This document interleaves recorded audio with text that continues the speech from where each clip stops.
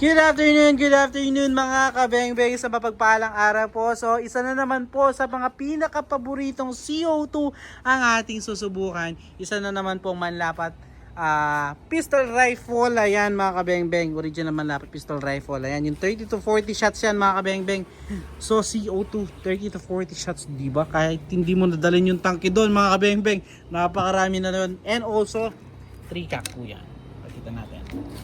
1, 2, 3. Napaka-solid di po ba? And also yung top receiver niyan ay stainless para mas suwabe po yung hagod ng ating bolt mga kabeng-beng, dahil hindi agad-agad nalulusaw ito, di katulad ng aluminum.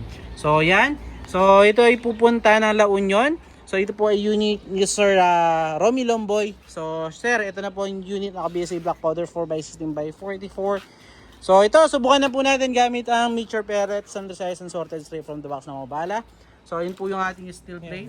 So sir, ito subukan na po natin, check natin ang magiging groupings ng inyong unit, no? So ito, tignan natin kung kasing quality po ba ng looks ng ating unit ang patama ng ating unit nito. First shot po. First shot. Second shot. So naka-zero na. Nakita ko na mga kabeng-beng.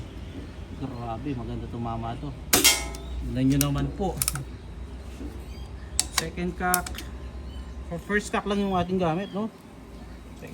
Second shot. Third shot. Oh, grabe yan. Pang-apat, sorry. Grabe, parang walang balang lumalabas sa ating unit. Napakaganda. Pang-lima na tayo, sorry. Pang-lima.